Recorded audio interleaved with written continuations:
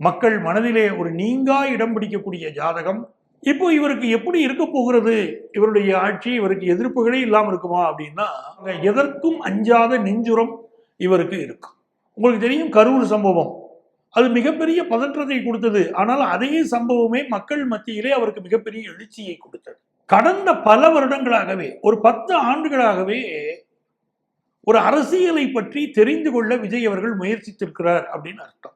மக்களுக்கு எப்படி நல்முறைகள் செய்ய முடியும் என்பதை பற்றிய சிந்தனைகள் நிறைய இருந்திருக்கு. எந்த தவறுகளையும் பொறுத்து கொள்ளாத ஒரு மனசாட்சி அவரிடம் இருக்கும். பல நலத்திட்டங்கள் வரும். கூட்டணிகளால் இவருக்கு சில சலசலப்புகள் வரும். கணேச சரணம் சரணம் கணேசா. உலகெங்கும் வாழும் அஸ்ட்ரோபலன்கள் நேயர்களே, என் நெஞ்சம் நிறைந்த அன்பர்களே, உங்கள் அத்துணை பேருக்கும் உங்கள் ஆத்மார்த்த ஜோதிடர் நங்கநல்லூர் டாக்டர் பஞ்சநாதனின் அன்பு வணக்கங்கள். தமிழக முதல்வர் விஜய் அவர்களின் ஆட்சி எப்படி இருக்க போகுது, அடுத்த சில மாதங்கள் எப்படி இருக்கும், எதிர்காலம் எப்படி இருக்கும் அப்படிங்கிறத பற்றி ஒரு வீடியோ கொடுங்களேன் அப்படின்னு கேட்குறாங்க. தமிழக முதல்வர் விஜய் அவர்களுடைய ஜாதகத்தை முதல்ல தெரிஞ்சுக்கணும். அந்த ஜாதகம்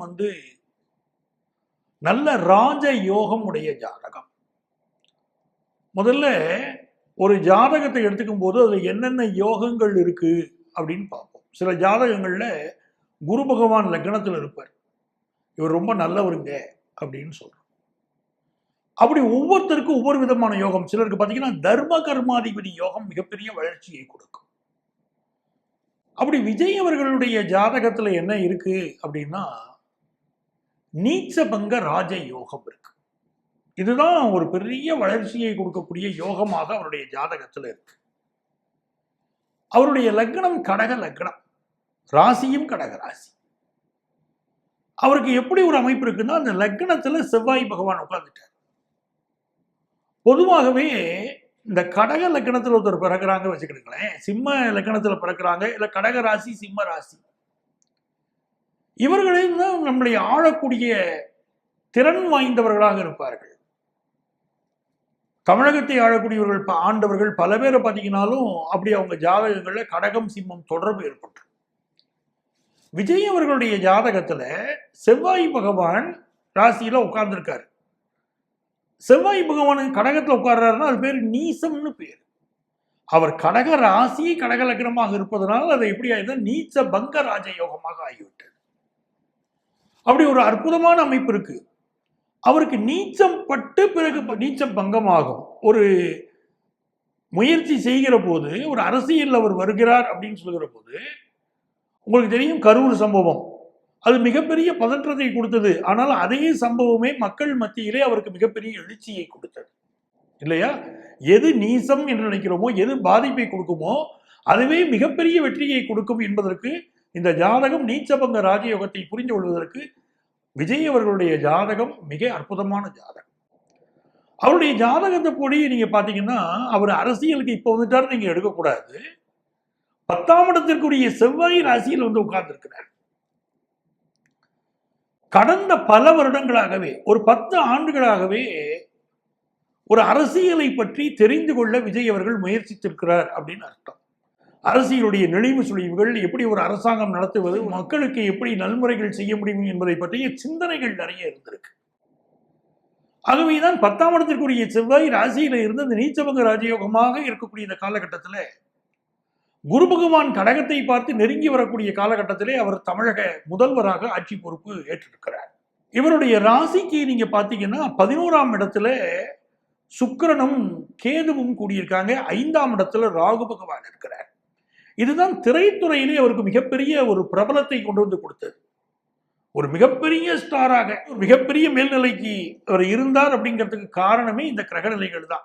லாபத்திலே இருக்கக்கூடிய சுக்கிரன் கேது, 5ஆம் இடத்தில் இருக்கக்கூடிய ராகு, அந்த சுக்கிரன் ராகுவை பார்ப்பது, ராகு சுக்கிரனை பார்ப்பது, இந்த அமைப்பு இதெல்லாம் திரையுலகத்திலே மிகப்பெரிய வல்லமையை அவருக்கு கொடுத்தது. அதுதான் மன்னாதி மன்னனாக திரையுலகத்திலே அதனால தான் வலம் வந்தார். இப்போ பாத்தீங்கன்னா அவருடைய ஜாதகத்திலே பாத்தீங்கன்னா 8ஆம் இடத்துல குரு பகவான், 12ஆம் இடத்துல பாத்தீங்கன்னா சூரிய பகவான் 12ஆம் இடத்துல இருக்கார், சனி பகவான் இருக்கார், புதன் பகவான் இருக்கார். இதெல்லாம் ஒரு ஜாதகத்தில் இருக்கக்கூடிய கிரக நிலைகளை நம்ம பார்க்கிறோம். இப்போ இவருக்கு எப்படி இருக்க போகிறது, இவருடைய ஆட்சி இவருக்கு எதிர்ப்புகளே இல்லாமல் இருக்குமா அப்படின்னா, எதிர்ப்புகள் இருக்கத்தான் செய்யும். சில மாதங்கள் கழித்து எதிர்ப்புகள் வரும். ஆனா எதிர்ப்புக்கு அஞ்சறவங்க தானே அதை பத்தி கவலைப்படுவாங்க. எதற்கும் அஞ்சாத நெஞ்சுரம் இவருக்கு இருக்கும். ஏன்னா இந்த செவ்வாய் பகவான் ராசியிலேயே நீச்சபங்க ராஜயோகமாக இருப்பதனால் எதிர்ப்புகளை கண்டு அச்சப்படாமல் தன்னுடைய ஆட்சி காலத்தை நடத்தி காட்டுவார். இதுல என்ன ஒரு விஷயம் வருதுன்னா, குரு பகவான் ராசிக்குள்ள வரப்போறாரு பாருங்க கோச்சாரத்துல. அப்போ மிக நேர்மையாக இவருடைய ஆட்சி நடைபெறும். எந்த தவறுகளையும் பொறுத்து கொள்ளாத ஒரு மனசாட்சி அவரிடம் இருக்கும். பல நலத்திட்டங்கள் வரும். குரு பகவான் வராருன்னா எப்படி தமிழகத்துடைய பண தேவைகளை பூர்த்தி செய்வது, எப்படி பொதுமக்களுக்கு நன்மை செய்வதுங்கிற சிந்தனை இருக்கும். ஏன்னா செவ்வாய் அவருடைய ராசியில் இருக்கிறதால மாசுடைய சப்போர்ட் அவருக்கு இருக்கும். அது அவர் புரிஞ்சுக்கிட்டு இருப்பார். நமக்கு இவ்வளவு பெரிய மாஸ் சப்போர்ட் இருக்குன்னு அவர் இப்ப நல்லா புரிஞ்சுக்கிட்டு இருக்கார். அதனால அவருக்கு அந்த மக்களுக்கு செய்ய வேண்டிய விஷயங்களுக்கு மிகுந்த முக்கியத்துவம் கொடுப்பார். லாபத்தில் இருக்கக்கூடிய சுக்கிர பகவான் காரணமாக, சுக்கிரன்னா பெண், ஆகவே பெண்கள் சார்ந்த நலத்திட்டங்களுக்கு இவர் மிகுந்த முக்கியத்துவம் கொடுப்பார் அப்படின்னு அர்த்தம். அடுத்து அவர் மிக பல நலத்திட்டங்களை உருவாக்குவார். இவருக்கு எதிர்ப்புகளே இல்லாமல் இருக்குமா அப்படின்னா, கூட்டணிகளால் இவருக்கு சில சலசலப்புகள் வரும். அதுல சந்தேகம் இல்லை. 7 சனி 9ஆம் இடத்திலே உட்கார்ந்திருக்கிறார். சில சலசலப்புகள் வரலாம். புதிய நண்பர்களும் கிடைப்பார்கள் அவருக்கு இந்த ஆட்சி விஷயத்துல. அப்படி அமைப்பு உண்டு.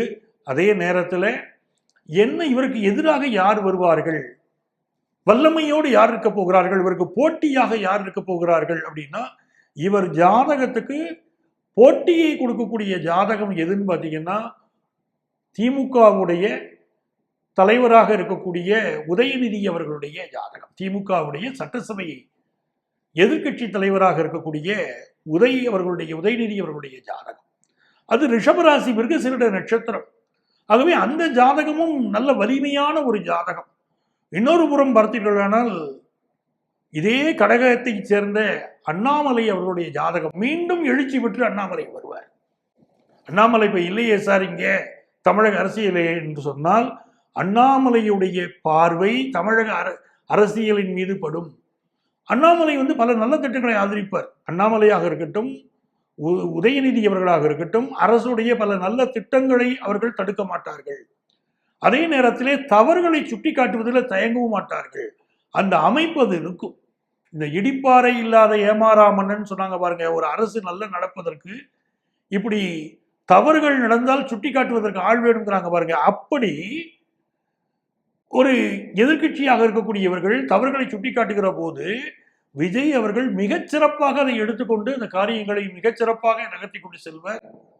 மக்கள் மத்தியிலே நல்ல ஒரு பெயரும் புகழும் அவருக்கு பெருகும். அடுத்து பல காலங்கள் தமிழகத்தை ஆளக்கூடிய ஒரு யோகம் அவருடைய ஜாதகத்தில் இருக்கிறது. மக்கள் மனதிலே ஒரு நீங்கா இடம் பிடிக்கக்கூடிய ஜாதகம்.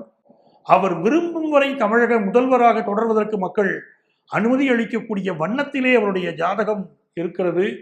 அந்த அடுத்தடுத்து வரக்கூடிய கோச்சார நிலைகள், அடுத்த தேர்தல் வரக்கூடிய கோச்சார நிலைகள் எப்படி இருக்கிறது என்று பார்த்துதான் அடுத்தடுத்த தேர்தல்கள் எப்படி இருக்குன்னு நம்ம சொல்ல முடியும், எப்படி முடிவுகள் வரும் சொல்ல முடியும். ஆனால் விஜய் அவர்களுடைய ஜாதகம் போட்டியாளர்களிடம் போட்டிகளை எதிர்கொள்ளக்கூடிய ஒரு வல்லமை அவர் ஜாதகத்தில் இருக்கு.